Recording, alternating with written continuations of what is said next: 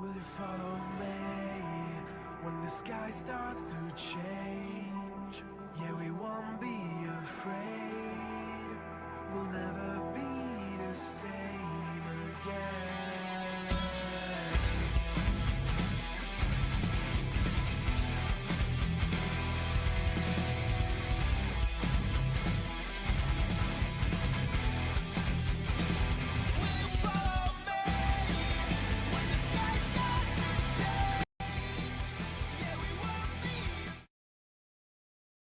With anime in our souls and thoughts of wrestling out of control, we are a group of weebs who love the entertainment of Mm. professional wrestling. So allow us to be the voices inside of your head as we go through the wrestling event of the evening, give our thoughts and predictions on what's to come, and provide an experience inclusive to all you nerds out there. So grab your steel chairs, yell for the table, get put through an experience unlike any other. Brought to you, of course, by Animal We Studios. This is the Weebs of the Ring podcast. Greetings and salutations, everybody. We are your Weebs of the Ring. We're here to talk about Monday Night Raw, the go home Monday Night Raw for Survivor Series War Games. The show was okay. I think there were some good, like, high spots of the show, but I think I'm kind of want to echo the sentiments of one of my co-hosts here. After the first match, I was kind of done with the show. I was already just kind of spent. I was like, all right, you know what? I got what I needed from it. I kind of know where everything might be going with everything else on this show, which it did, except for one match, which we'll get into. Some unfortunate circumstances happened there, but hey, that's all fine. That's all good. That's all dandy. We'll talk about all that stuff. We'll break it all down for you guys. And yeah, so as always, just want to welcome all of our returning listeners, all of our returning viewers. It's lovely to see you out here yet again on a Monday night. And of course, welcome to all of our new subscribers, all the new people checking us out, whether you're checking us out from our VODs, our live stream that we're doing right now, maybe you're an audio only listener, or you've been checking out all of our clips that we've been uploading. So just want to thank you so much for checking us out, giving us the time of day, and giving us the exposure that we have been searching for this whole time. We love you guys. We appreciate you guys. And we're here to give you our honest thoughts and reviews on what happened in tonight of pro wrestling. But quick introductions into it for all you lovely newcomers around here. First and foremost, I am your reigning, defending, undisputed Universal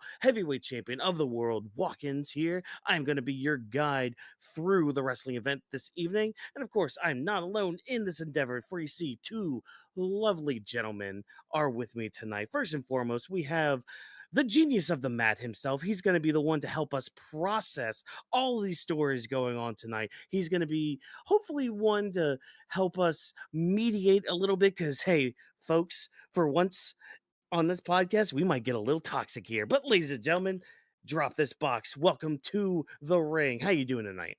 I'm doing pretty good, and like Watkins said, we appreciate all the support that you guys have been giving us. We've been working really hard to get to where we are now, so it feels really good seeing all of that hard work finally pay off. And I would have to agree with you when it comes to the overall quality of the show tonight, because after the first match, because I was one of the people that did say that I was completely like out of the rest of the show. Like that was mainly the thing I was looking forward to the most. Obviously, I was a little bit curious to see exactly what else was going to transpire within this show itself. But outside of that, really, I mean, I was just, chilling for the most part, trying to focus on other things when it comes to the content on our channel, or just, trying to chill. And yeah, I guess what you did say last week when we were talking about Raw, when it comes to mainly like once we get to these last shows before the actual PLE itself, they just feel very awkward, just like another segment we'll talk about a little bit later in the show. But they just honestly feel like, I mean, the catchphrase that you normally say a lot on the channel, just an email. So Yeah. Yeah, a lot of this just could have been an email and all that, but that's neither here nor there. Again, we'll talk about that as we go through the show. And of course, everybody to my right, I could call him a Goldberg stan, but that would be too much of a compliment for this blind potential man who thinks just because he can go help wipe the Rock's ass every so often, he can just abandon his friends. And if we've learned anything from Naruto, those who abandon their friends are worse than scum. And this man is below scum. He's season 3 of One Punch Man. He's season 2 of The Promised Neverland. He is the rent-a-girlfriend of this podcast. Ladies and gentlemen, Legend D Vash. Vash, you doing all right, buddy? You okay? Welcome to the Weebs of the Ring, your Latino heat, the visionary legend, D Vash. Stepping to the ring with fire in my heart, smoke for anybody who wants it, maybe a world champion who deserves it, like maybe the boring Gunther, but hey, because Carmelo Hayes, my guy, walked into this tournament ready to make history because he deserved the ruthless aggression. Instead, he got raw, but the same boring, emotionless, and charismatic vacuum Gunther. But how many times we gotta watch this man suck the life out of a show that, Carmelo had the pure passion, the pure crowd going behind him 2 days in a row on this Friday and on this Monday. But hey, I'm just here to say it loud and proud, say with every ounce of the Latino heat that we get a bit of an injustice, a bit of disrespect, and a bit of theft on tonight's show that we will not let slide, and we will be talking about it. But hey, let's get down to business, to the actual robbery that happened tonight. Robbery, huh? Man, I guess my blind comment does have some merit here. So, yeah, great, awesome. Well, we'll get into this supposed robbery, I guess. I don't know. I didn't see anything. I saw a lot of clean stuff happen tonight. So, I don't know what you're talking about. A lot more than what happened on Friday with, a count out victory. But hey, that's neither here nor there because we've already talked about that. If you want to hear us talk about that, go check out Friday's discussion, maybe some of our short form stuff and all that, but also like the stream, subscribe to the Weebs of the Ring podcast so you could hear all of us give our thoughts and opinions and our honest reviews on these wrestling shows as they happen. But with those quick plugs out of the way, with those little nudges just poked at everybody, let's get right into the action. Let's get right into the discussion, everybody. We have WarGames going on this weekend. Our usual Thanksgiving tradition of going inside of a steel cage after eating a bunch of turkey and just beating the shit out of each other. And we have to build up to 2 of these WarGames matches, a men's and a women's one. So let's start with our men's one because Roman Reigns started our night off tonight. He came out there, he didn't get to say too much because Cody came out there very quickly. And basically, we want to know why Roman and why Cody are doing what they're doing. Cody kind of makes sense, I guess, because, he's quarterback one. He's got to insert himself into everything and all that. He's got to be the best boy.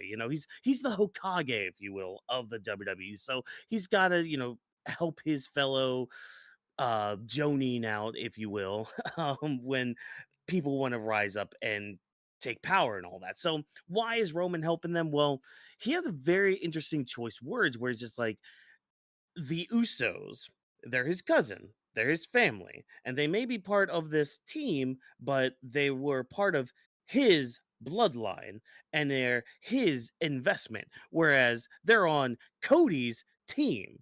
So a lot of just a lot of self they're trying to take a lot of credit for what's going on, but out comes CM Punk to kind of call them out on their shit and be like, hey, this is Monday Night Raw. This isn't SmackDown. This isn't the quarterback's lane. This is my show. I'm the champ. I'm the one that runs here. Like, I don't know what y'all are doing. And Roman leaves the ring with a very interesting saying, being like, yeah, that title would look better on my shoulder. Who's he talking about? I don't know. That's for us to discuss and to dissect. But that's just the short Cliff Notes version of this opening segment. Took about 20 plus minutes because of entrances and all that stuff. So, hey, cool, great, neat. Y'all got to aura farm a little bit on the beginning of Monday Night Raw. So, Vash, I want you to start us off. What do you think of this opening segment? Love it how you gave me the transition that this man took the time to walk off, because a big shout out because they're back on God.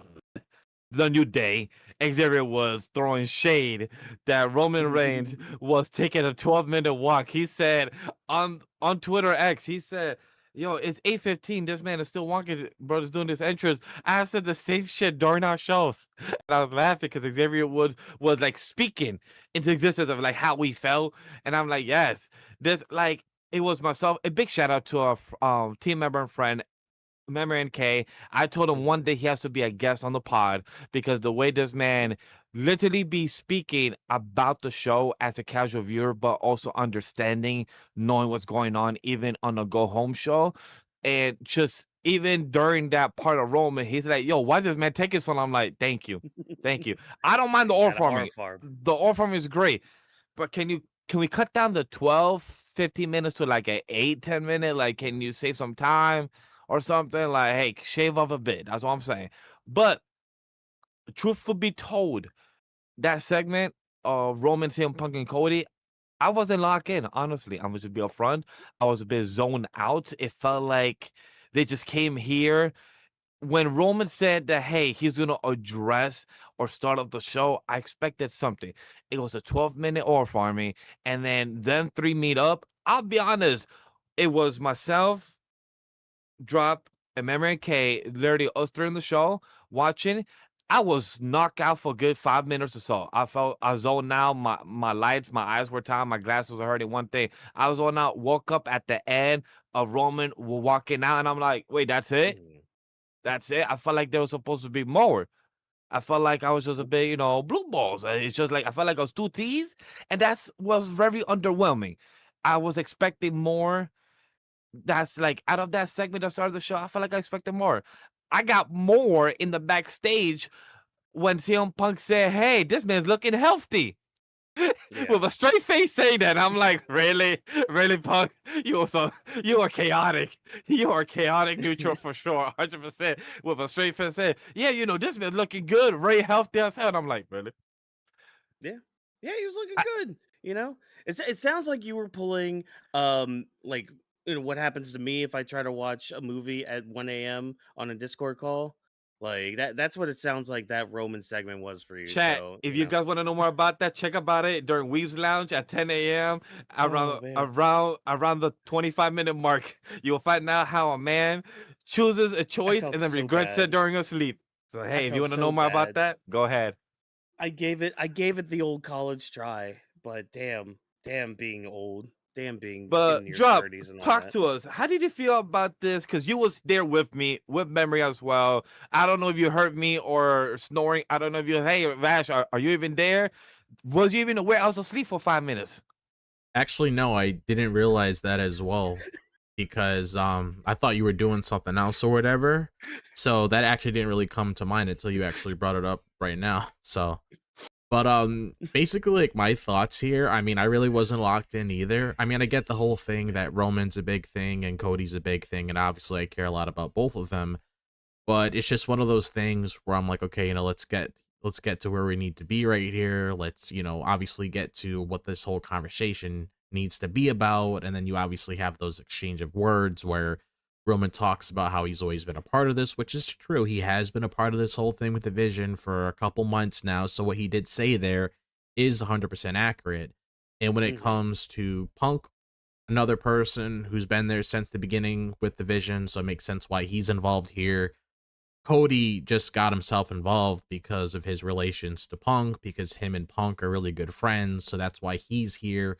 Plus, he's pretty chill with the Usos as well, because they gotten very close over, the past couple of years or so and everything.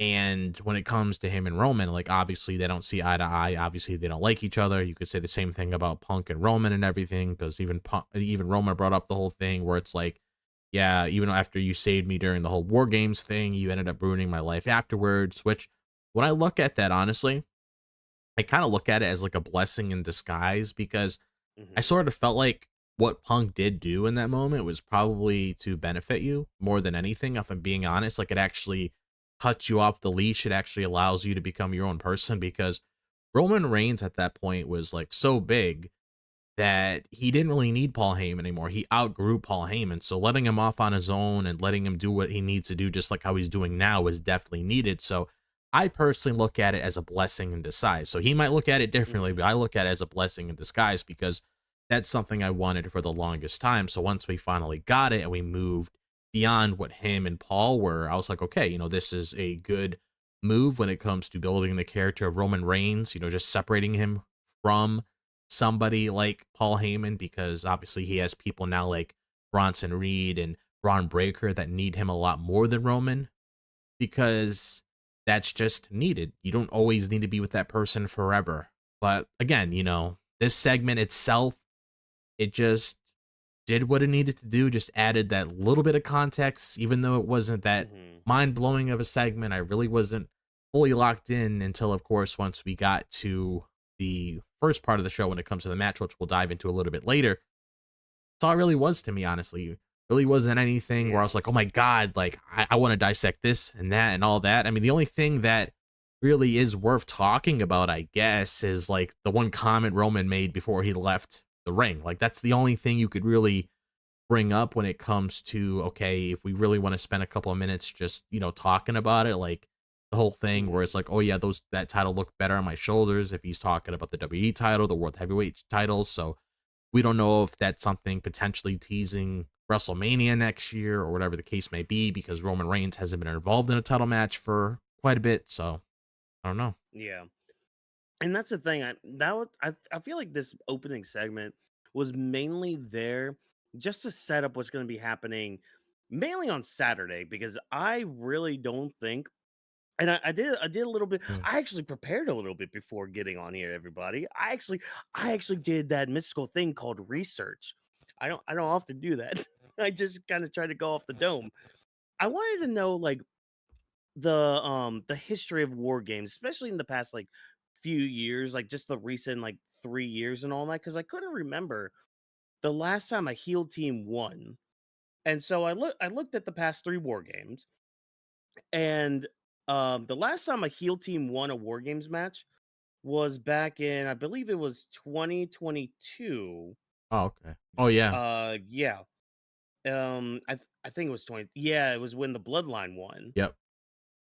Um, they won that War Games match. 2023, both face teams won. So like the men's and the women's, both face teams won. Last year, both face teams won.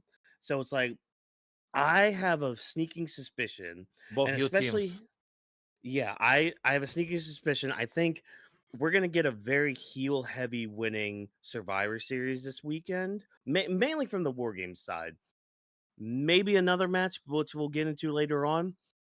Um, But the reason I say that is just because you look at the three egos that were in there at the beginning of the night, they are not like, obviously the obvious story is, oh, can they coexist? Blah, blah, blah.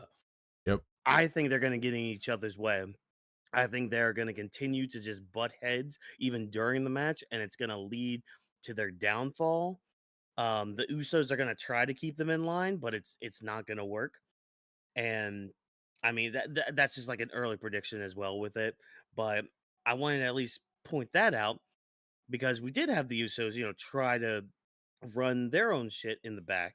As we saw, they were just like, "Hey, we'll handle this. We'll be the tag team to go out there and try to get the advantage and all that." Where they have to face Drew McIntyre and Logan Paul. So, hey, we get Logan Paul. At least they're a tag team. They did tag again with each other Yeah, at they did. SummerSlam, and they have won a match together. So, True. there's that. Um, we do see Brock Lesnar enter the building too, so that's that. The match itself, though, the advantage tag match. I mean, paint by numbers tag match. Like, I'm sorry, people. Like, not much more to say beyond that. Was there a winner? Besides, yeah, yeah, the heels won, so they have Okay. the advantage for War Games, which I'm actually kind of surprised with. And Drop, I want to start with you with this one because, like, I feel like just the structure of the teams, I figured the faces would get the advantage to kind of lead for Brock Lesnar to be like the last person out Mm, against everybody. yeah. So, Drop, yeah, I want to start with you with this one, Drop. Like, why do you have any like thoughts or theories about why the heel team might have won here? Like, do you think there's some sort of bigger plan, bigger play here, bigger ploy, or like? It what was that something maybe you didn't think about at first? Like, okay, maybe the faces will get the advantage, but what do you think about that? I honestly wasn't paying attention to it at first until we got the final Mhm. result of the match. And maybe something that might come into play is maybe there's some sort of strategy in mind with the heel team against the faces, because I mean, they did say in the opening segment that they have like an all-star team, like when Punk was making that analogy to sports when it comes to him, Roman Reigns, Cody Rhodes, and Jey Uso and Jimmy Uso. That is a pretty stacked teams in terms of who's on a War Games team. So maybe with them getting the advantage in this match, maybe there's a reason behind that. Maybe there's something up the sleeves, definitely orchestrated by Paul Heyman, that they're going to use at their advantage to outsmart them. Like, he's been here Mhm. for years and years and years, so obviously he knows everything about those guys, especially when it comes to, Roman Reigns, CM Punk, and Cody Rhodes, especially since he was very close with him and also Dusty Rhodes as well. So you would think, just looking at it like that and just being around, honestly, all five of those guys, to be 100% honest, that there's a reason why everything was put together this way. Like, it's definitely something orchestrated by Paul Heyman. I'm not entirely sure what that is. So I'm just gonna Mhm. leave that up to Saturday to tell me. But definitely a Paul Heyman move, I would assume. Yeah. Yeah. What about you, Vash? Any thoughts on the heels getting the advantage going into the men's war games match? Like, chat, the reason I asked Walker is because me and Drop were watching together, and like I was watching, like literally had like the Netflix on my screen, 3 monitors, having on my left. I don't recall when they actually won the match, and I heard a winner. I didn't hear that or know Yeah. that. So It that's was a why quick roll up. I asked a question to Walker, because I during drop, me and him were watching. I'm like, Wait, did what? the match finish? Is it still going on? And he's like, "Yeah, it finished." I'm like, "Oh fuck, I didn't even realize it." So like, Yeah. it happened so fast. It was such a blur. Like, yeah, Drew, Logan did their thing. We had the Usos, but in my head, I'm like, "Cool, the match is still going." I turn around, here editing, scheduling stuff, trying to do stuff with subtitles, but then we have the match over, and I didn't even realize. So it got me fucked up. That's why I'm like, "Oh, the heels won. Cool." Do I have any more comments about that? No. I gave y'all backstory. Hopefully, y'all laughed though. Yeah. But I mean, that didn't end the night though, because we did get our big old brawl at the end, and Triple H tried to do the whole thing with like, "Oh, here's the credits, here's the credits, Oh boy. the show's gonna be ending." Oh no, but we haven't seen Brock come out, and out comes Brock Lesnar, and nah, this was funny as shit when he comes out to do his little "Rah" thing. Oh, He hold just up. falls on Oh, his ass.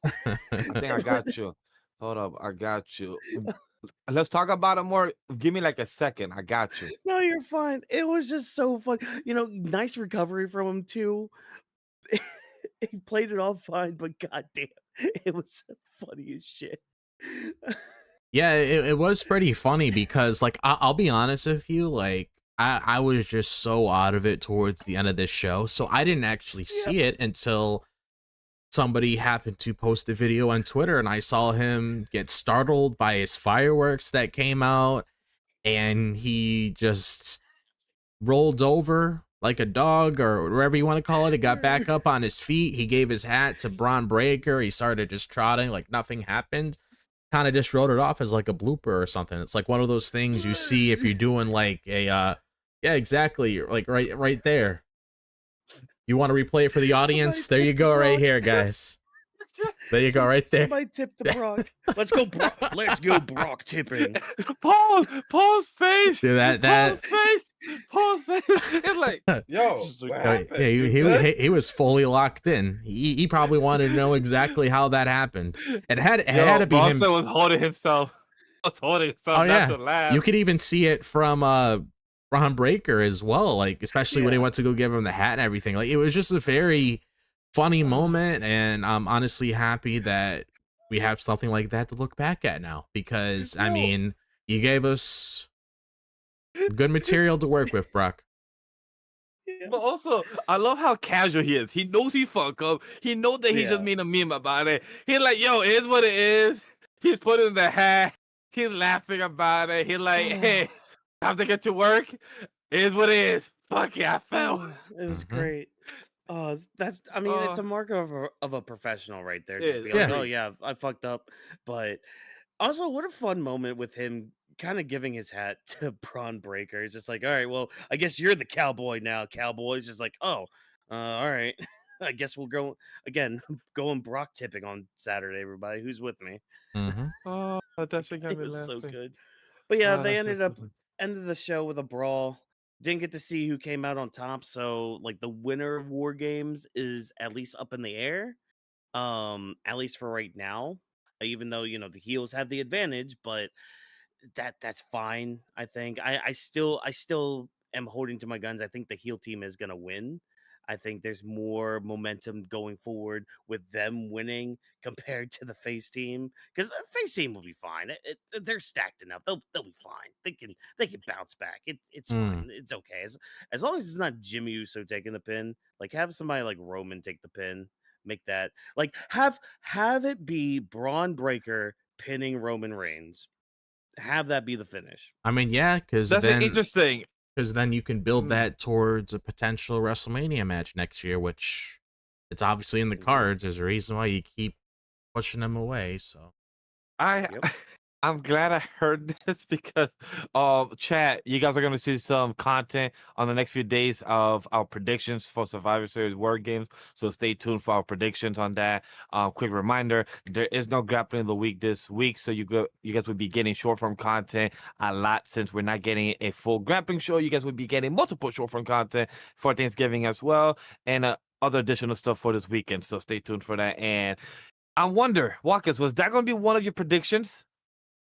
Up What? on Breaker Oh, with the heel. Roman? It might have been part of it, but I mean, either way, the heel team's gonna win. I think. mm, I agree as well. I'll stand by that one as well. I'll much Yeah. as I agree on agree. that. But you know what? That's all fine and dandy with the men's side because again, they do this with like a lot of their go home shows where it's just very safe, very paint by numbers. Just hey, here's here's what to look forward to on Saturday. Again, I very much liked the opening segment. I think that did a lot to kind of build for Saturday. A lot more than they did for the women. I'm gonna just throw that out there right now as we transition into what they did for the women's build tonight. Because Becky Lynch comes out there, she's joined by the rest of her team and all that for War Games, and she starts cutting a promo, talking about mm, part of it was like her loss last week, but I like when she was talking about that stuff because that had like good storyline progression when it came to like her and the IC title. Because honestly, I'm kind of on her side with it. Like she has a reason to gripe about all of this. Like she has a reason to like fight back against like the decision made and what happened and all that. So like I could see Becky's side of all that, but then she kind of transitions because apparently she can't talk about it more because she's got lawyers involved. So we're getting all Phoenix right in here. So cool, neat, awesome, fantastic. So then she transitions to talking to her heel team. And this is when things kind of started getting a little awkward. Like she had Asuka do the Kyrie thing. I did like when she was talking to Naya about and she kind of put down Rio with this, where she's just like, at least, when you broke my nose, I didn't need a face mask. So, all right, cool, neat, awesome. Last legend part, it felt kind of awkward. Her talking, I don't know. This was just a whole awkward segment until the faces come out.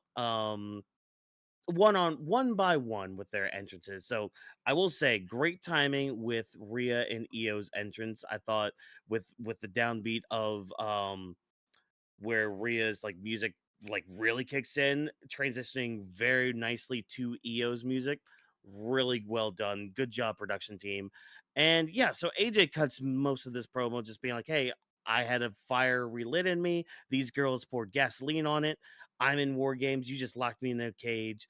We're gonna have a fight. And they had a fight tonight as well. And their advantage match is gonna be on Friday. If you've seen the spoilers, you know who won, who was in the match, all that stuff. We won't mention too much of the spoilers tonight because this is Mm. all Monday Night Raw stuff. But Vash, I'm going to start with you with this one. What you think of this segment? So one, I want to give props to shout out to Last Legend because she does look dominant. She looks very well. She looks very beautiful there. As somebody as Last Legend to have the most inexperienced out of the other 9 girls there. I'm very happy for this type of route she's going for. So hopefully it gets executed well and actually works in the long run. So I do want to say that because that's something that I did notice, at least out of the 10 girls there. Like, hey, Last Legend is technically one of the most inexperienced one, but to actually see her there, hold her own, hopefully it goes well. And hopefully she has a good, successful WarGames for this weekend. That's 1. 2, this felt awkward as fucking hell. You wanna know why, chat? It's because, look, I get it's a go home show, but if you're gonna have me literally have both men's and women's war games set up and literally just like Watkins said earlier, when it comes to the men's, we had the 5 of the faces and the 4 of the heels. The credits already came. They were staring because they knew Brock Lesnar was about to come out. I'm like, cool, it's obvious. We're already gonna have the standoff and the build and the quick little fight and then fade to black. But then for the ladies, they're just staring. If y'all heels, why let the faces get on the ropes and get like in the ring? If y'all heels, wouldn't y'all want to punch them and everything? Like get into their faces? Isn't this the point of going to war? Like, isn't that the point?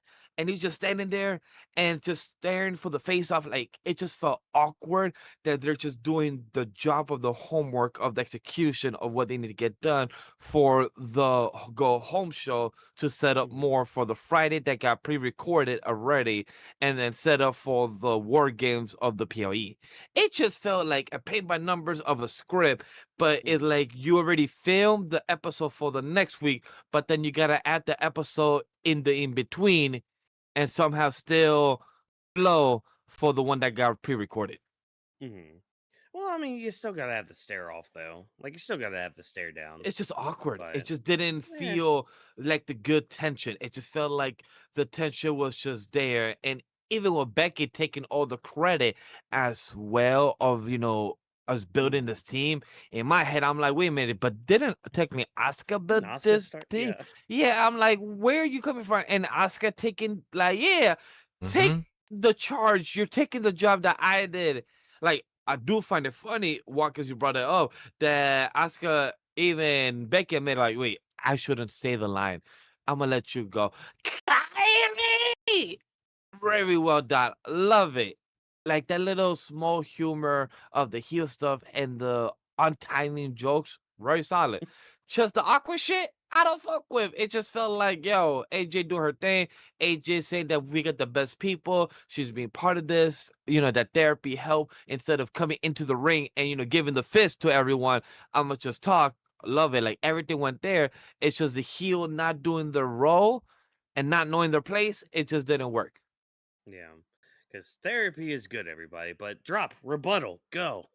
See, that was the part that you missed me with because, like, I thought that whole exchange with Becky going to Asuka and all that was very cringy. And me and Watkins, especially Watkins, I remember a couple months ago brought this up when it comes to promo time with, like, certain people. Like, sometimes it works, sometimes it doesn't. Sometimes you just got to be honest and say, just don't do it. And it just felt really weird because Becky could have just continued the segment. She could have just, did what she needed to do in that moment. But it's like, I mean, you know who she is. Why not just say her name?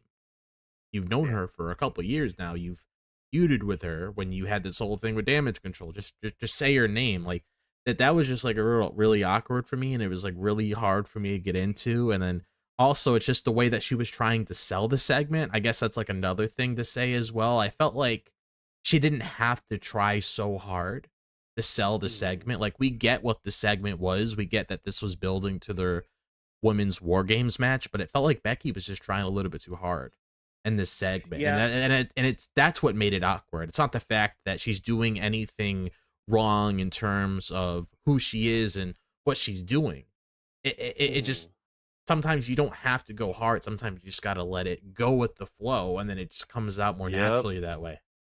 That's the main issue I had with it. Yeah, that was my big thing with it is it felt like Becky was trying way too hard to sell it, where like you don't really have to sell it that hard. Like No. we see the teams, we know like everybody's motivations with it. You don't have to sell it too much. Like again, that's why I like the first half of it with like the IC title Maxine Dupree stuff. That was fine, and she could have easily like bled into that, which she did a Hmm. little bit, bleeding into like the whole AJ part of that. Yeah. But yeah, then she was going through the team and all that. That's when it really started getting a little awkward and everything. But yeah, they have a fight, faces stand tall. I think this is why I'm leaning towards the heels winning here, is because this face team is looking way too strong. Like, I mean, yeah, they got Yeah. beaten up on Friday or whatever, but like even beyond that, like that was really like the one time they were down. Like tonight they were up. Um, I won't say much about Friday, but I mean, Mm, the faces were looking pretty good there too, from what I've heard. So it's just like, okay, it's got to be the heel team at that point. Unless they're gonna do the super dominant route, which they've done in the past, where it's just like, oh yeah, they've looked amazing leading into the big show, which oh, the go home show, they still look big. That means they're gonna lose, and then come the pay per view. Oh wait, they actually won. Oh, so they were just dominant the whole time. Okay, alright, fine, cool, whatever. I don't know, guys. I don't have much like they've this build's just been kind of awkward at places, and I just wish they had a little bit more promo time or like a little bit more like work to be done. Like Friday night, for example, with like the Charlotte Rhea thing. As short as that was at least something. It was at least something good, something to like latch onto. But like most of the other stuff, like they've barely done anything with like the whole Rhea EO versus the Kabukis thing. If anything, the Kabukis have kind of taken a back seat on some of this and all that, which is weird. I don't know. It's just been weird, man. I don't know. I wish they did something a little bit more to build up to it. I do agree. I hope. Mhm. Look, one thing I would say, I was telling also our good friend memory is that even with the war games of the women for the past couple of years, even when the build up it gets awkward or it's not good because you're just grabbing 10 other people and you're trying to Mhm. mash them together. At least the women's matches are always entertaining. We're going to get an Io Sky jumping off the top of the steel cage. We're going to have some great spots, some great moments, and that's one thing I'm at least looking forward to because the women matches don't disappoint when it comes to the war games, at least for the past couple years that I've been watching. So that's one thing Mhm. I'm very looking forward to. Yeah, I just hope Nia Jackson knows how to use a steel chair this time around, and Yes. actually knows how to hit people and not miss people. Hmm. So I don't know. I don't have anything else to say. Sounds like the team doesn't have much more to say on that. So let's talk about some other misses tonight, shall we? As we go into the last time is now tournament, as that continues on going forward with now our next round matches. And we're going to start with this one. And I want to hear from Drop first on this one. We had Carmelo Hayes taking on Gunther tonight. Probably, honestly, match of the night. I'll just flat out say that right now. This had me locked in. I was very intrigued with it. Both guys looked really good in this. Gunther knows how to make somebody look really good. And Carmelo Hayes is somebody that is really good and has needed somebody to really push him again ever since, they dropped the ball with the whole best of 7 series and all that. Um, but Drop, what'd you think of the match? Because Gunther did go over. He's continuing on, probably more than likely facing Jey Uso in the finals, but we'll come to that bridge when we cross it. What'd you think of the match, though? So the match was great. I would even say it was the match of the night. I would even say this has a contender to be one of the best matches that WWE put on throughout the year, especially when it comes to utilizing a talent that definitely needs to be put on a pedestal where they truly need to be. Because the way I see this here, am I upset that Carmelo Hayes lost this match? Of course, because I felt like he earned it. He works his ass off, and you obviously saw in this match itself how far he was willing to go to really put himself out there. Because I would say that tonight was a star-making performance for him on the main roster to really show all of these people in the audience who Carmelo Hayes is, to tell everybody in the audience why Carmelo Hayes refers to himself as him. Like, what is the true definition of that? He gave you that definition of who that character is in this match itself, and that's something I could really appreciate out of that. And this is the one thing I'm going to say, and I said it before, I really hope that Triple H looks at what Carmelo Hayes did tonight in this match and actually pushes him and makes him go to the route where he truly needs to be. Don't just look at this where it's like, okay, it was just a good match and then we move on. Like, Triple H actually used this as an opportunity to create a star because the whole crowd was behind him. He's getting that organic growth. Use that to your advantage because you don't always get that. Thankfully, LA Knight had an opportunity like that a couple of years ago to actually get to where he needs to be now. You could do the same thing with this guy. You need to utilize these people. If people want to come to your shows and see these specific individuals, either it's a promo segment or if it's a match, this is what you need to do. The audience is literally in the palm of your hands telling you how to enhance the television product. That's my only complaint if we don't go beyond what we saw here today. Do I believe that Carmelo Hayes should have won? Yes, but at the same time, I feel like, if anything, I want to see where he goes from here, because because the trajectory should be doing this, not this, and then he's just an afterthought after that. I feel like, if anything, I would probably be pissed off a lot more if he's just an afterthought. That's just me. Should not be an afterthought at all. No. So, yeah, that's a reasonable answer. That's using that's what we come here to do. We come here to talk, we come here to, be like, hey, this is why we feel this way, not like this other internet mumbo jumbo be like, oh, he should have won. It's just like, okay, well, why? Oh, he just should have won. It's just like, well, let's use a little bit more critical thinking on that. But I will say, somebody who was not pleased with this was the blind man here. Look, Vash. chat.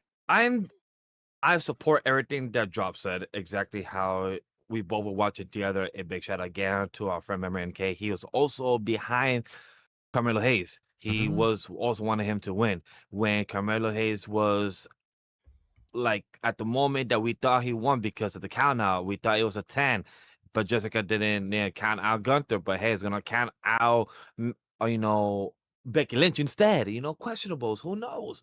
But for Gunther not getting count, I was upset about that. Was I wanting Carmelo Hayes to? Was it me dropping memory where we were emotional? We also had our friend Miles there, like we were all watching, where we like there at the moment hook in, and then once the match is over, and what Drop said earlier that by the first match being done, all our energy was poured in because we wanted Carmelo Hayes. We were rooting since 6 p.m., 4 p.m., 2 p.m. Since me and Drop spoke earlier, we wanted this to be the outcome.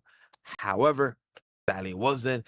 And once that match was over, once Gunther put him to sleep and he kept hitting him on the neck and then did the powerbomb, the last one, we knew it was over. I was sad. I was disappointed. As much as I joke around with the jokes of the boring Gunther and everything, at this point, I do see there's no point for him to win and have another match with Jay, the possible outcome that could be in the next following weeks for us to get. But then Gunther going for John Cena, that's a whole different conversation.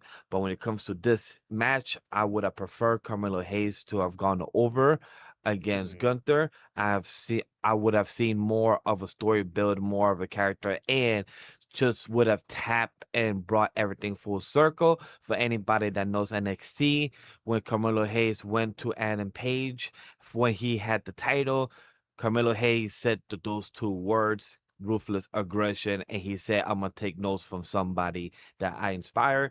And guess what? 4 or 5 years later, Carmelo Hayes could have gone toe-to-toe against John Cena and gone back full circle of 23 years ago of John Cena doing that to Kurt Angle, 5 years ago Carmelo Hayes doing that to Adam Page, and now 5 years later, we could have had that all full circle for another superstar, just like John Cena 23 years ago, to Kurt Angle, the John Cena now. But hey, it's not meant to be. I just hope what Drop said that Triple H, the writers, the executives have more for Carmelo Hayes because as you saw, literally the crowd was going behind him on a Friday and on a Monday back to back, showing that they want this man to be the main eventer that we have seen him and many multiple times on NXT, POEs, and we have seen him do that. And even questionable, that's why I'm upset as well, is that you have Cody Rhodes push him to win this Friday, but then lose him this Monday. It's like, yo, we had the QB supporting this guy to get the win, but then we have the boy ass Gunther to take the W. It's what it is. You gotta do what you gotta do. Fine speech. Okay, so here we go. All right. That's right. I'm hitting them with a fine speech, and I'm All right, talk to us. I'm Talk to me. 5'10" and Tell all us that. your No, vision. Tell us. so here's the thing. Would it have been awesome for Carmelo to win? Oh my God, yes. The guy oozes talent. He has that it factor that all these wrestling companies are always looking for. The only thing, though, and I tried to use this analogy in our group chat. And don't worry, this isn't like a big One Piece spoiler or anything. Carmelo right now is part one Luffy, and Gunther is Sabaody. Or if you want to put like a person in there, he's Akainu. Let that sink in for a little bit, especially you, Vash, because I know you know. I know you know. Because here's the thing. Carmelo has the power. He has the strength. He's not ready for the new world yet. He's not ready for just like that next step, that next level when it comes to being a superstar. Will he get there? Oh my God, yes. Like But I he see it has the already. I makings for it. see him there already. No, he's not there at all. He's not there at all. He's not like, I mean, he had okay when he was when he first got onto the main roster, he had the match with Cody. Great match with Cody. Awesome match with Cody. He still lost, and it was a great showcase for him. But that was his starting point. That was him seeing like, okay, here's what the top of the mountain is. And so from there, he had to build back up from the bottom back up. And yeah, from the bottom he was at. Like, I mean, no disrespect to him at all, but like it doesn't get much more than the bottom than teaming with the Miz and barely being on TV because of that. Just throwing that out there. I mean, this is Miz in 2025, not like 2016 times. But anyways, whatever. But the best way to build a star like this is to do exactly what they're doing right now.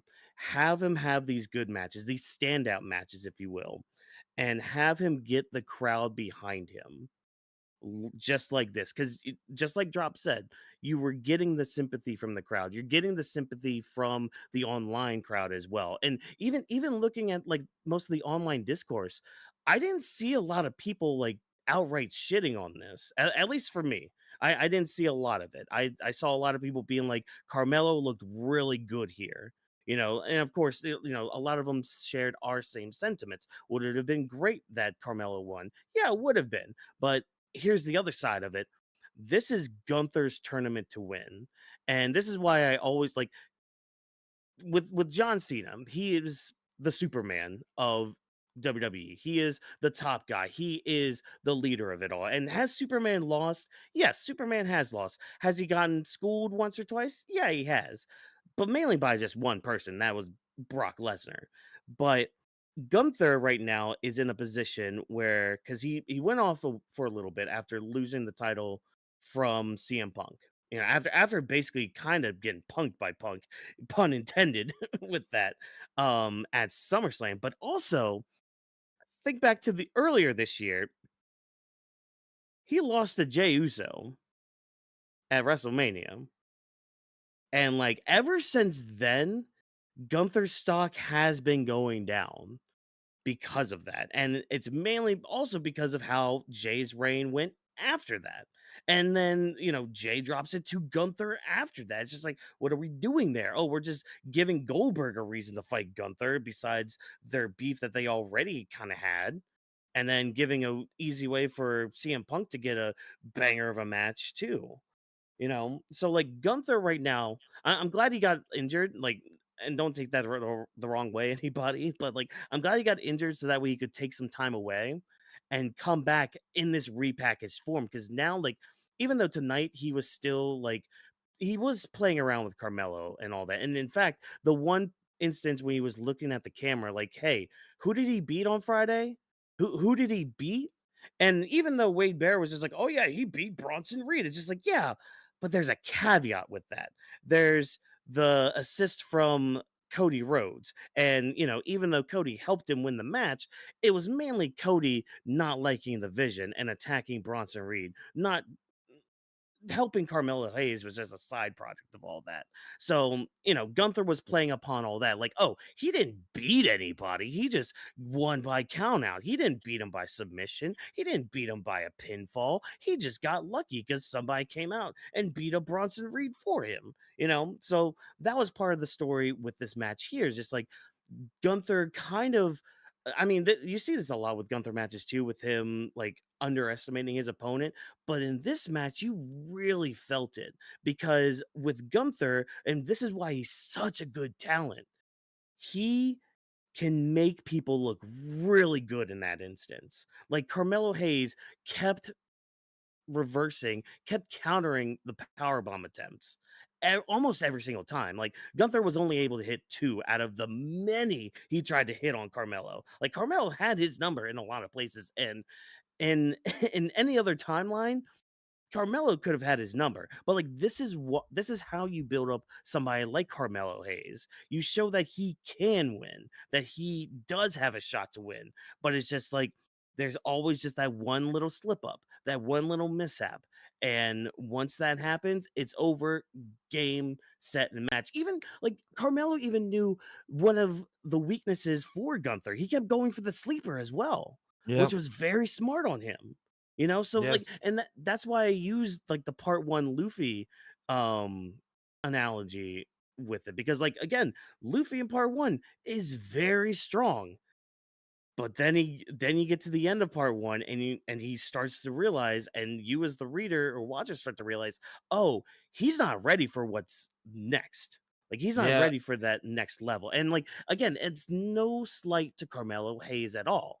It's just it's mainly the portrayal right now, and it's mainly just like the level of build that he has right now. And I mean, again, if we want to put it into RPG terms, he needs to be at like a level 30. Okay, there's like a door and you have to be level 30 to get through it. He's at like level 25. So it's like, okay, I'm there. I just need to do a little bit more grinding. Actually, no, I'll say 27. He's at level 27. So it's like just a couple more levels. Maybe get a rare candy or something to like give me like a quick level or something. Like he is like right there on the cusp of it. Like it's so close he can almost taste it. And like tonight should have been, it needs to be that moment for him and for the back to see, oh, this kid is our future. This kid, much like how they're trying to do with Braun Breaker, they are the future. They are the next heavyweight champions. They are the next WWE champions. They're the next ones to take up that quarterback 1 spot, for example, or the next ones to really like just push the product forward. Mm-hmm. And it's just right now, Gunther's that stopgap, you know? Like you gotta have those people that are those stopgaps, and that's what Gunther is. And again, like I'm sticking with my guns. I do think Gunther's gonna win this whole tournament. It's really just tailor made for him. Whether we get him and Jay in the finals, which I have thoughts about getting that rematch itself, but it's like Gunther has an opportunity now to become the next Lesnar, or like basically like the next big threat on the roster, because that's one thing the roster really needs. Like, yeah, we got our Romans, we got our Punks, we literally got our Lesnars and our Drews and all that, but like it's nothing like a Gunther where he is like the first boss, I guess, for that main event picture, but also he's somebody that can stand at the top. He's somebody that can be at the top and can carry your brand and like make how do I say this? He makes everybody he's around look a lot better. And that's what you need. That's the kind of talent, that's the level of talent that you need. And in order to have that kind of level of talent, you need him winning. You need him looking almost unstoppable. Like, I mean, I mentioned Lesnar earlier. He's kind of lost a lot in the past few years. So like his luster as like a final beast, final villain is kind of going down. Whereas Gunther's, it's starting to go up. So having him have a 2025 where, yeah, he lost the world title, but he not only retired Goldberg, which in kayfabe was an unstoppable monster, and in December he's about to kill Superman. Like it's just tailor made like that, And I get the sentiments. I understand the sentiments with like Carmelo Hayes or hell even an LA Knight, because oh my god, if LA Knight won this tournament, oh you would not hear the end of it from me. Like I would be on cloud nine if that were to fucking happen. But Look, yeah, you keep telling me that Gunther's gonna win. I have no interest. To me, that's boring as on paper. I lose interest if you I got to pay see. attention, man. You got to No, pay no, attention. no, Like no, Gunther, no, no. like Gunther I see the being boring, vision. that's I just, for me, I don't give a fuck of Gunther winning. If he actually wins on Saturday Night Main Event over there in Washington Mhm. D.C., I'm like, cool. Me and Drop will be doing the review. I'm like, cool. Gunther won. He ended John Cena. He got the IC title again. Cool. Whoopie W. I just don't really have the care for it that he doesn't need an accolade of John Cena or the IC title reign right now. I just And don't who's see. to say John's gonna have that IC title? Because if you remember a comment I made earlier, a heel heavy Survivor Series, Dom could win that title back. Just gonna throw that out there. He Like a, could a win that back. prepared Dom could get that title back. But then there's the whole thing of, oh well, the IC title is just a consolation prize. Like again, like I'm gonna repeat myself again until it gets through. Gunther winning is perfect for his character. It makes you say he's boring. This gives him something more. It gives him a moniker more than the ring general. He's a career ender. Literally. And not only just anybody's career. The top guy from WCW, however much stock that means in 2025, but it still means something to some people. Yeah. It's still something. It's still fucking Goldberg. Mhm. John Cena, again, the poster boy of the WWE. When you think WWE, you think John Cena. Even though he's not always there, you think John Cena. And for Gunther to just absolutely maul him and end his career like that, because like that's the other thing. John Cena doesn't tap that much, if at all. Very rarely does he do that. Very rarely does he like give up or pass out like that. Gunther is the perfect person for that because you give him that moniker of a career ender. And imagine going into a match with a guy who is known as a career ender. That's some next level like build up for a character. I love how That's a passionate you are. next thing. I love it. I Like, love it that you are into it. I love it that you are pushing this agenda. I love it. Me, it just goes over the head. I'm not caring for it. well, much like Carmelo Hayes, I guess you're missing. So Not bad. Not bad. Yeah. Not bad. Yeah. Not The one thing I will say Mhm. is my main reason for the whole Carmelo thing to begin with is just to give Yeah. something different, because I already knew heading into this tournament it was going to be super predictable. But throwing Javon Evans in there and then throwing Carmelo Hayes in there and even LA Knight, it kind of gave me a little hope, maybe more so on a Javon Evans and Carmelo Hayes when it comes to them like actually doing something to Mhm. propel themselves, because they haven't really done anything yet. I'm not gonna really group Javon Evans in there because he's still doing stuff in NXT, but like with Carmelo Yeah. Hayes, I mean, outside of Andrade, what can you really say is a memorable thing with Carmelo Hayes? That was basically my whole mindset heading into this. That's why I'm hoping Triple H pays attention to how he utilizes him moving forward, because this is the perfect opportunity to do that. If you don't do it, then you're just wasting my time. And I don't like when my Yeah. time's wasted. So if you're not going to take this opportunity to do something with them, and then for him bringing up a tweet of saying, let's see what's next. I did the best I possibly could. Like he said on social media a little bit ago, Carmelo. I mean, that's obviously very telling. Like you see it right in front of you, and you're not using that opportunity to do something. That's my biggest thing is I don't like untapped potential, and untapped potential is a reoccurring theme with me when it comes to not just wrestling, but when it comes to video games, when it comes to movies, when it comes to characters and different forms of media. Like I'll give a good example. Me and you happen to be really big fans of Banjo-Kazooie.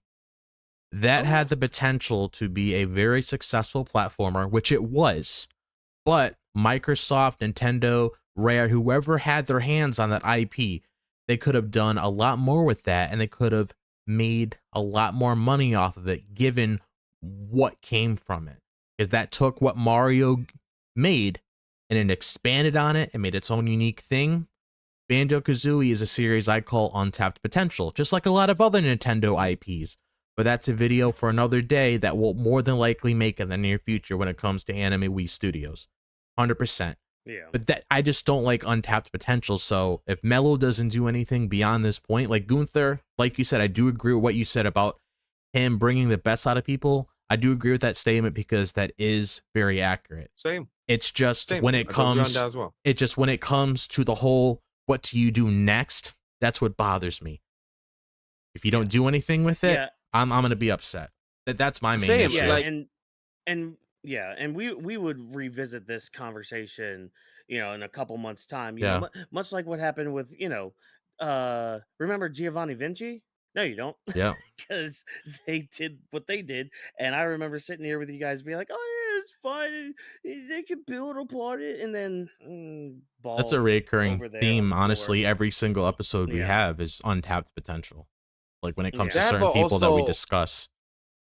On top of that is knowing how, like, for example, when we get to the closer month of December, chat, we'll be talking about what was the ups and the downs of this year, the top 5 moments or stuff like that. We still haven't yet, broken down what exactly we're doing. But one thing is like Jey Uso, how we have him the rise in earlier this year to now doing a lot of few botches almost every week.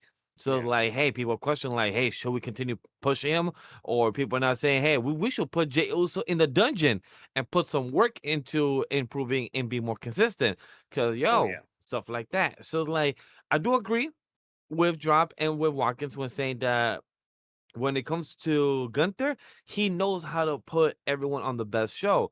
When it comes to Carmelo, he did a splendid, awesome show for tonight.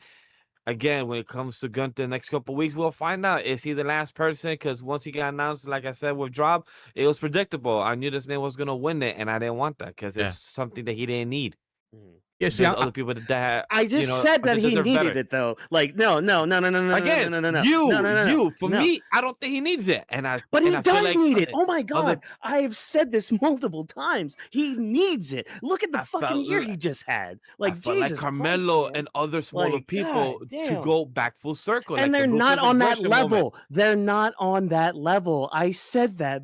John Cena wasn't in that level as well 23 years ago, and he lost. He lost. He lost that match against Kurt Angle. He lost. He was almost fired until they were just like, "Hey, go out there and rap." Like, God, yeah, like I said, with the same concept with 23 years and now, like action, like God, Jesus, fucking God, man.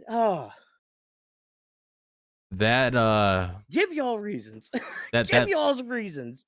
When I do the audio feed later, that sound file's gonna look extra spicy. Seeing it go from here to here. Hell yeah. But good. Yeah, basically, like just to close this, because people that listen to our audio feed and watch this, there's going to be probably at least 3 clips when it comes to my perspective, Vash's perspective, and Watkins' perspective, because we can get a lot of meat throughout tomorrow when it comes to this conversation. Then you see the rest of the stuff of our show. But it's just, if you see something glowing, don't put it out. Just utilize it properly. That's my main issue. And like I said, this goes through across multiple platforms outside of wrestling. If you see an IP that's making you money, expand on the IP. If you see a movie make a lot of money, find a good story to continue with it. If you see characters that deserve a proper ending, like my dear friend Steve Harrington that's returning this Wednesday, give him a happy ending and not do something foolish that would piss off a lot of fans of Stranger Things. But basically, moral of the story is use your brain wisely when it comes to orchestrating things. Otherwise, you're just wasting a lot of people's time. And I say that now, but I've had this conversation with WWE ever since I was a little kid. So it's yeah. And You gotta be sometimes they listen. optimistic. Yeah, exactly. You know, sometimes they listen, sometimes they don't, and all that. So, and the reason, you know, part of the reason we gave a lot of time for this segment is because when we look at the rest of the show, I feel like the rest of the show is just basically quickfire segments, if I'm being honest. But like, I don't know. We'll see. We'll see. Because this next match with the last time is now tournament, we were supposed to get Solo Sikoa versus Penta, but it got thrown out because Penta got injured during the commercial break doing a head surgery on the outside, and looks like he landed funny. So Solo was awarded the win. I don't think Solo was supposed to win, which no, kind of sucks on that end. probably was going to end up 'Cause being now, Penta. yeah, because now we're getting Solo versus Gunther, which, you know, Hey, at least they have yeah, I'm history not. from NXT. That's one thing. At least Yeah, some people, it's when myself, Drop, and a few others could say that at least they have history where they could maybe revisit of yeah. a a level 20 Gunther from back then to a level 10 Yeah. Solo back then to now a level 20 Solo to like a level 35 Gunther type of stuff. So Yeah, that now we're gonna revisit. That may be something interesting. Maybe Gunther could put out the best of Solo in this match as well, where we could see more of possibility. Yeah, see that's the thing that I'm hoping, because it probably was an audible, obviously, since Penta's injured. Because I mean, looking at Gunther versus Penta on paper is more appetizing than Solo Sikoa versus Penta versus Gunther. Because if this was the Solo Sikoa like evolving from what they took from NXT to this version of him now, you wouldn't hear any complaints of me, because the way that he was portrayed on NXT, he was the street fighter. He was more upfront about a lot of things. He was very charismatic, a little bit more than he is now. He still is, but he was just, he really showed his characters, basically what I'm trying to say. And he was very appetizing to see on television when it comes to what he was involving himself in. So I'm hoping if commentary remembers, they could revisit that, talk about it and everything, and see what comes out of it. Because Solo Sikoa, I will admit, shouldn't be someone that should be intimidated by somebody like Gunther, considering who he is as a person and how he shows off his characteristics towards other people. So all in all, I'm just hoping that we can get something good out of Solo Sikoa here, because I've seen what he's capable of. He can do a lot of things. They just need to give him the opportunity to do so. Like we talked about before, Gunther could bring the best out of people when it comes to matches, just like how Cody Rhodes can do that, just like how Seth Rollins can do that as well when it comes to people that they work with. I'm hoping we could get that Street Fighter Solo Sikoa, popping up again and seeing that version of the character evolving through this iteration of Solo now. That's all I want. Yeah. I do agree with that, because also something that happened in the match, that's something that I feel bad for Solo and Penta, and I know and I appreciate for Solo being mad and aggressive. Fans was screaming at Solo, and fans caught the audible that Solo responded back saying, "Shut the fuck up, go fuck yourself." And because people was being rude, that even if Solo won or not, he's a wrestler, but also their job is to protect each other wrestler. And now, so Penta got hurt. One, people saying that he probably got hurt in the shoulder / bicep that Penta has been having injured for the past couple of years and just never got the chance to fix. If that's the case, like, hey, it's either a good timing or good that you're finally getting it fixed. Or if this is just trying to sell something, the story, because it's questionable when you just had a AAA event last night or on Saturday and you reunite the Lucha Brothers. Yeah. And then 2 days later, you have this for Penta. So is this trying to hold off, or now the Lucha Brothers won't be reunited because you just set up a match for December 20th next month. So it's going to be interesting how that's going to lead up to next 3 months if Penta's still good for that. So hopefully for better recovery for Penta and Solo. Do what you gotta do to be respectful to your wrestlers and people around you, because fans are always going to be rude. Yeah, that's Maybe just Gunther how it can just is. squash Solo, so Yeah. maybe that'll just happen. Man, you know what? I hope Solo beats Gunther. You know what? I'm gonna be on the agenda for next week, Monday, and I hope Solo puts that spike, put that finger down Gunther, and point him. Y'all can have fun talking about that. I will not be joining the show. I mean, I will all, actively. all be I done will with say though WWE. is like, I mean, having an LA Knight versus Gunther match as the finale of this tournament, I'm not opposed to. And I mean, I can't lie if part of me is rooting for LA Knight. If I'm being Ooh, I'm here for Yeah. it. Oh, And same here. over Gunther any day. I wouldn't mind that. I would love that. yeah, Again, I feel like if, that would definitely catch me off guard because I wouldn't expect that. So that would actually be yeah. pretty cool. Because I mean, please do something with him eventually. Yeah. LA Knight Yeah. deserves it more than Gunther. And also, actually, he also has every reason in the I'm world to about go kick you heel. from this call. He has every reason in the Like- world to go heel right now. So Oh yeah, he does. He does. He does. Yeah. So yeah, because they keep throwing like mystery opponents at him. God. Cool, great. I mean, granted, one of them, he couldn't really help because Yeah. apparently Don't even- Sheamus got injured. Which yeah, has Sheamus even said anything about his injury? No, he has not. no, Hmm. not that I no. Huh. Wonder if it's an actual injury or if it's just a storyline thing. But anyways, yeah, I mean, rest of our night. I mean, looking at the mid card stories, quickfire It'll be segments. quick. Yeah. So the Judgment Day joints that we had tonight. So John addresses John Cena. He comes out to the ring. He's just like, "Hey, I'm looking to embarrass John Cena on Saturday in my own hometown." And out comes John Cena.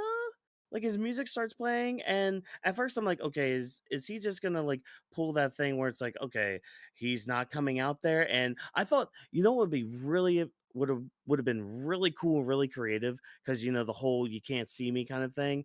What if like the music kept playing and Dom kept playing up to it, like, "Oh look, there's John Cena," and like kind of play fights an invisible guy and beats him up. Like that Oh, would like what the Miz did. funny as hell. Yeah, exactly. Yeah. Like that would have been funny as hell. Hmm. Instead, we get what what Wade Barrett on commentary called John Wiener comes By the out way- with stew, his own stew. Hmm. And regular Stu's there too. So, they're all out there just having a good old party and all that. Runs to the ring, gets into the ring, gets stomped by Dom, saved by Ray. There's your segment for Saturday.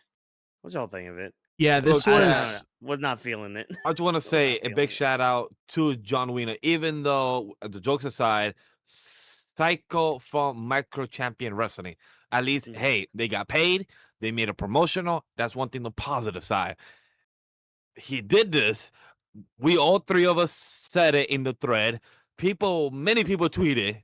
This felt like a fucking Vince McMahon fucking segment. Let's just be upfront, and that's what it felt Yeah. like. Because once I saw that, I would have rather what Watkins gave the Miz impersonation of him trying to do the John Cena stuff of what he did. Like I believe last year he did this, or a year and a half ago.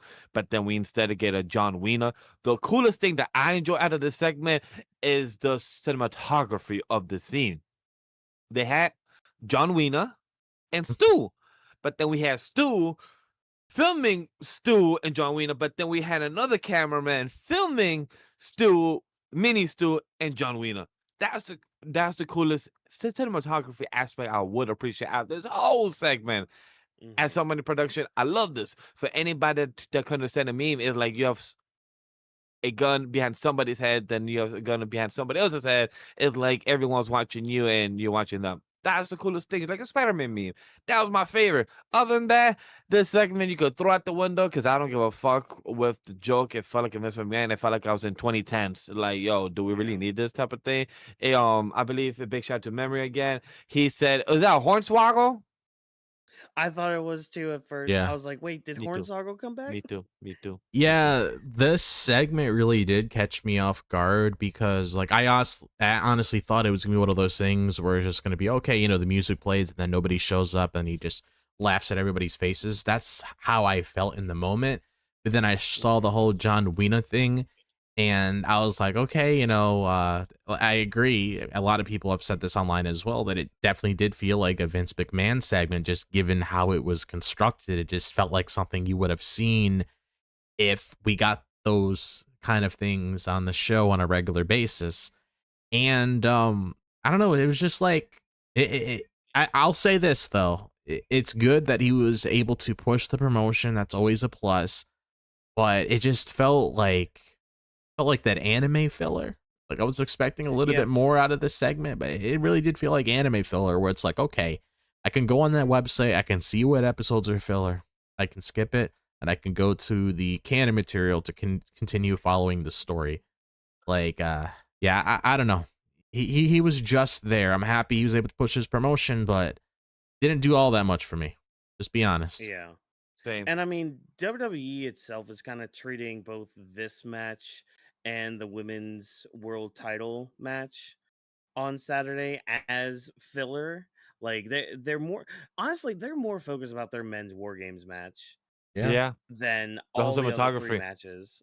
You know, like they're so fixated on that, which I mean, understandable. I mean, you look at the names in that, it's like, oh my god, just have that as the whole event. Okay, fine, but no, we got to throw all these other things at the wall. Cool, neat, awesome. Yeah, again, this was a segment. It was a segment, you know, like I don't know. It was just not it for me. But of course, Rey Mysterio comes out for the save because he also has a match against JD McDoofus. And I did not pay attention to this match. This is one of those matches or one of the times in the night where I wasn't really locked in. I did see the nice counter though from JD. Like, I mean, he does that wonderful Spanish Hmm. fly counter on a lot of people. It always looks really good. And his one against Ray, no different. Looked really good. But of course, Rey Mysterio is gonna win this one. I think this was this was his first singles match since being back. So I mean, good talent to Hmm. have your first singles match back and all that. But yeah, this was just a filler match. Like this is your filler anime. Any thoughts beyond that, guys? I mean, I have nothing. I have Me, nothing. I'll No. tell you this. Me and John were also not paying attention. We were Yeah, I watching. We were doing wasn't. work. We the cool thing was we were there like I think 20 seconds. We both locked in at the same time when Ray did a cool counter and JD Yeah. I, I believe memory said, "Oh my God, he still has a big head." And Oh then yeah. after that, Ray pinned him, and then Finn Balor, or technically Finn Balor is what from memory was calling him, and Ray just ran out the ring, and that's it. That's all I remember. Right, Drop? Yeah, pretty Baylor. much, honestly. Baylor. Pretty much that's all it was really. I Baylor. was just waiting for us to see what was happening next in the rest of the Yeah. show. Yeah, which I mean, the rest of the show is basically the quickfire segments here. Um, so so before the New Day get to talk to Adam Pearce and get their wish granted by having a tag title match, Raquel Rodriguez does talk to Adam Pearce about, hey, I kind of got screwed out of my title shot, and Adam Pearce just basically says, hey, don't worry, you'll get yours next time. You're like top of the list because of what happened with Nikki Bella and all that. So cool, neat, awesome. Nice to see that we're actually possibly doing something with the tag titles. So cool. Do something more after next week. That'd be great.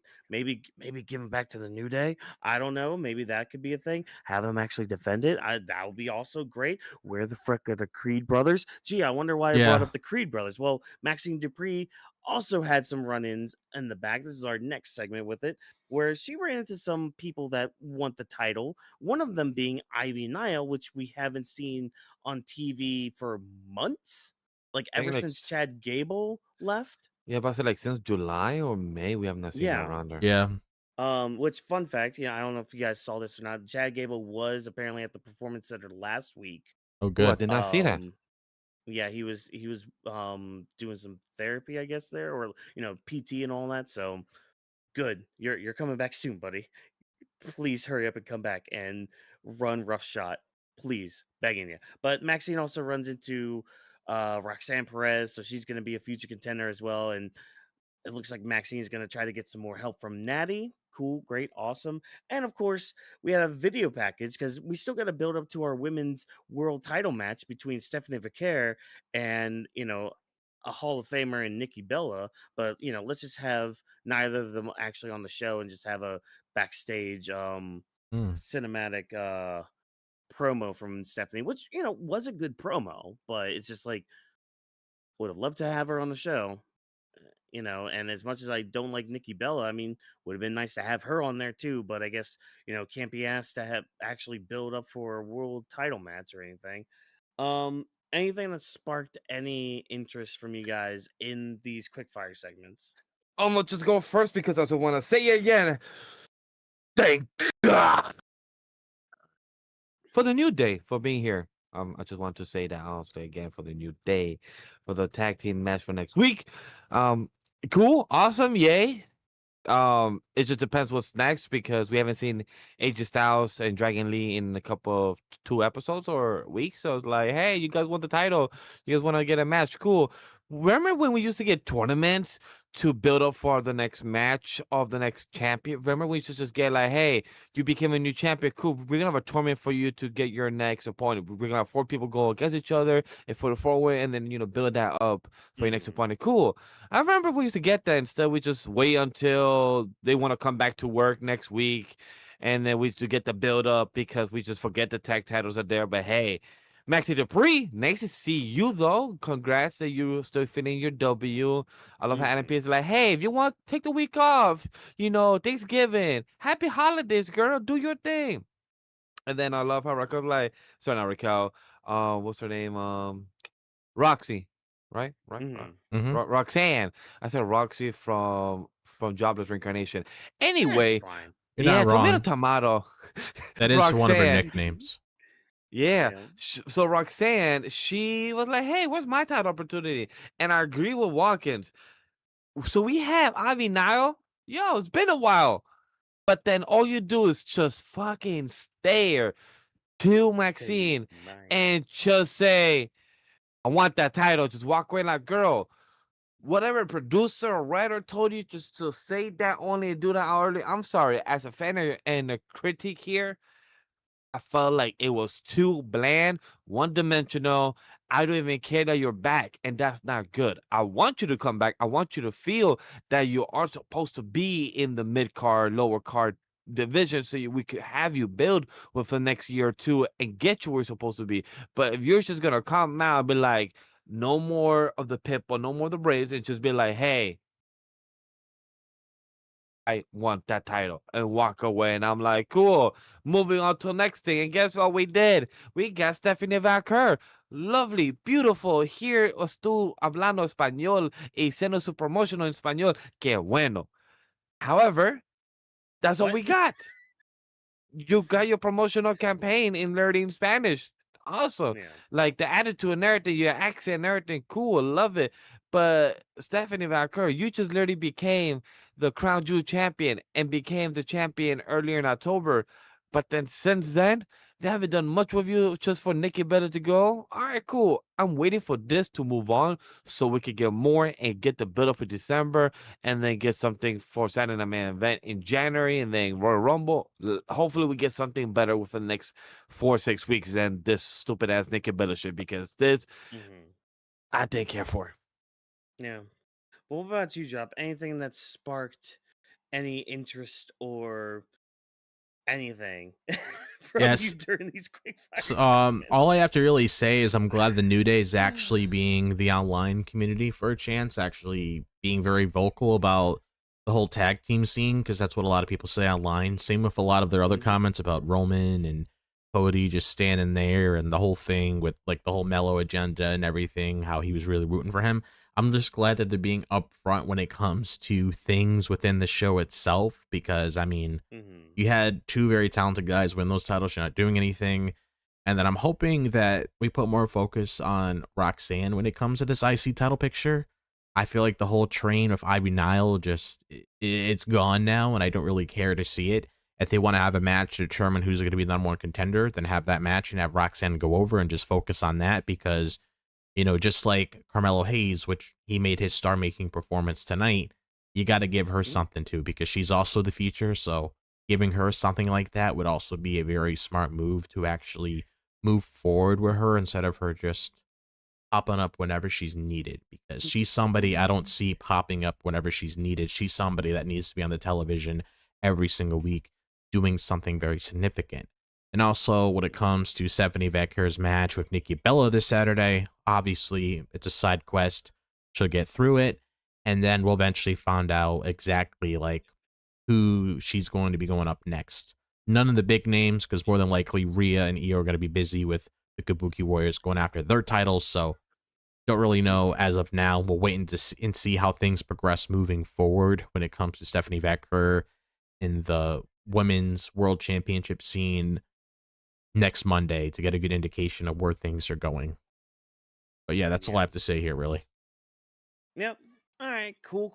Well, with that being said, everybody, we've reached the ending portion of our show, our final thoughts, the outro, all those fun shenanigans that we'll get into here as we close out the show.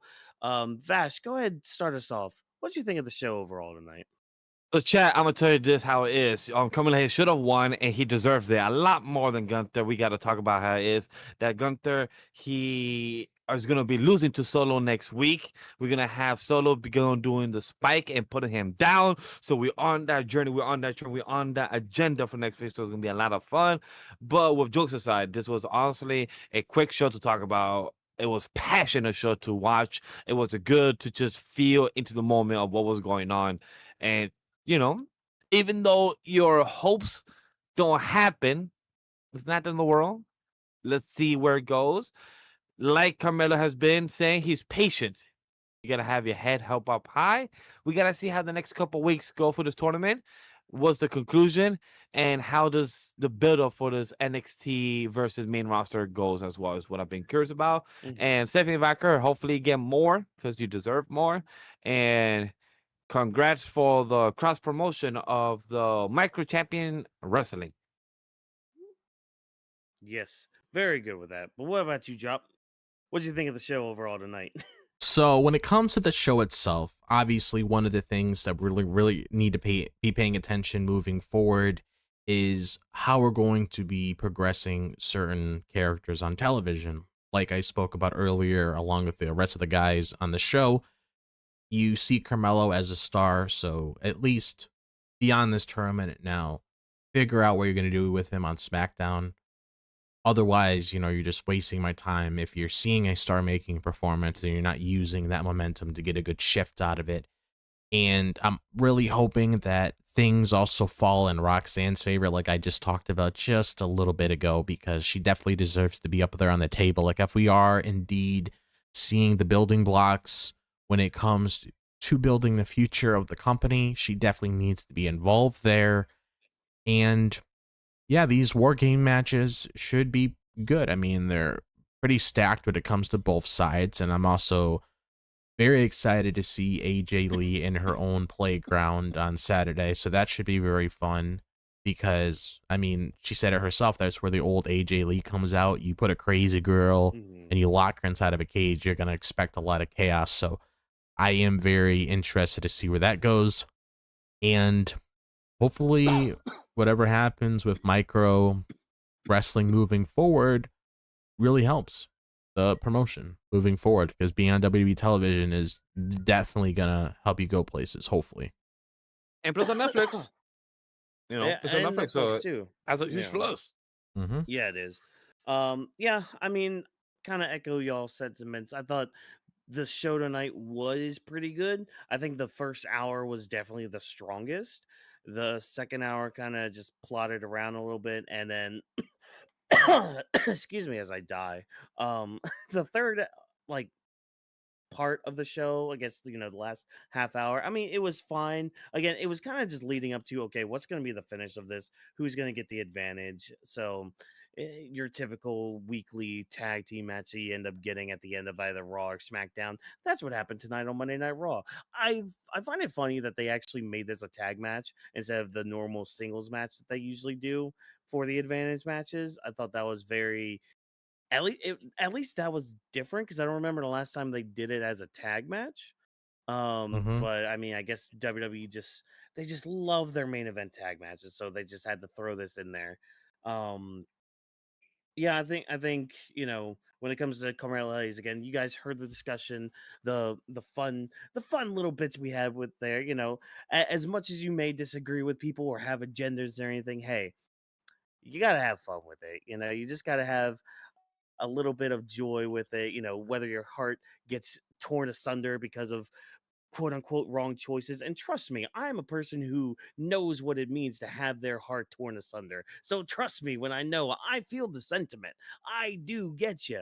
But, for some of us, big brain people, some of us, big old wrinkly brains and all that, we can see the bigger picture with everything. But Yeah, again, Unc.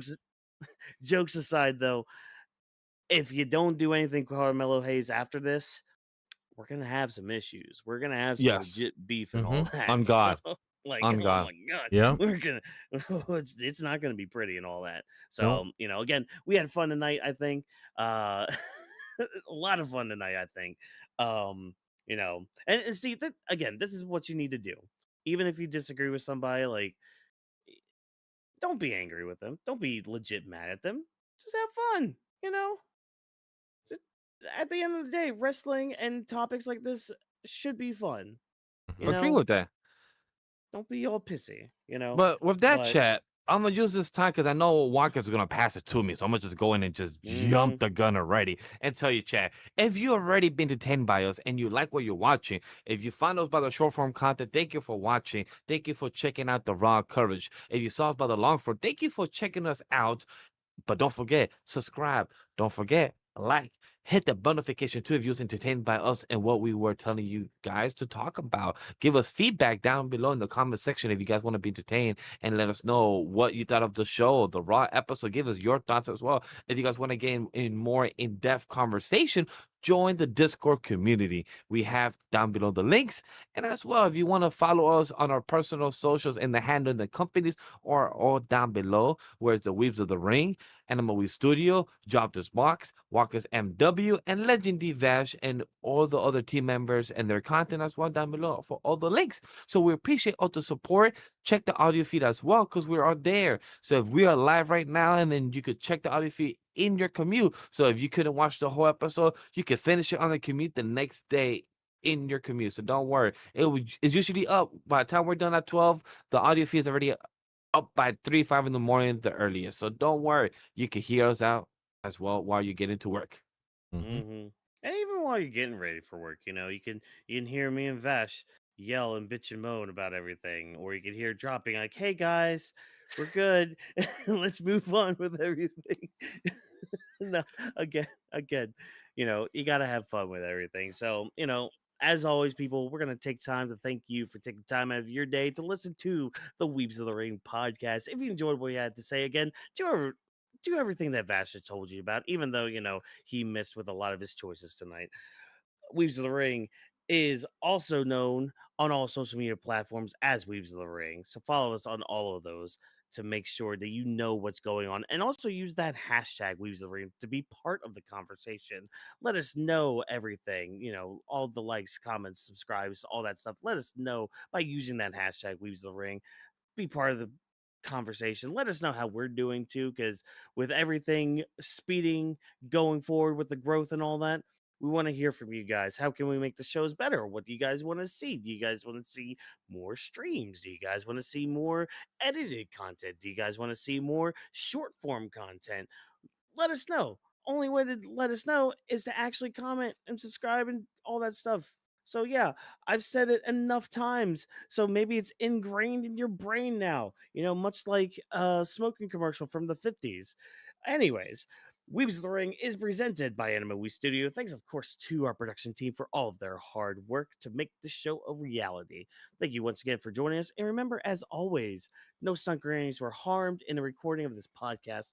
Have a good night, ladies and gentlemen. And remember, no grappling with the week, no SmackDown coverage, but stay tuned for all the socials and Saturday night for WarGames. And Stranger Things coverage sometime this week as well. Yep, be sure to check out that new season, and also have a good Thanksgiving, guys. Peace out.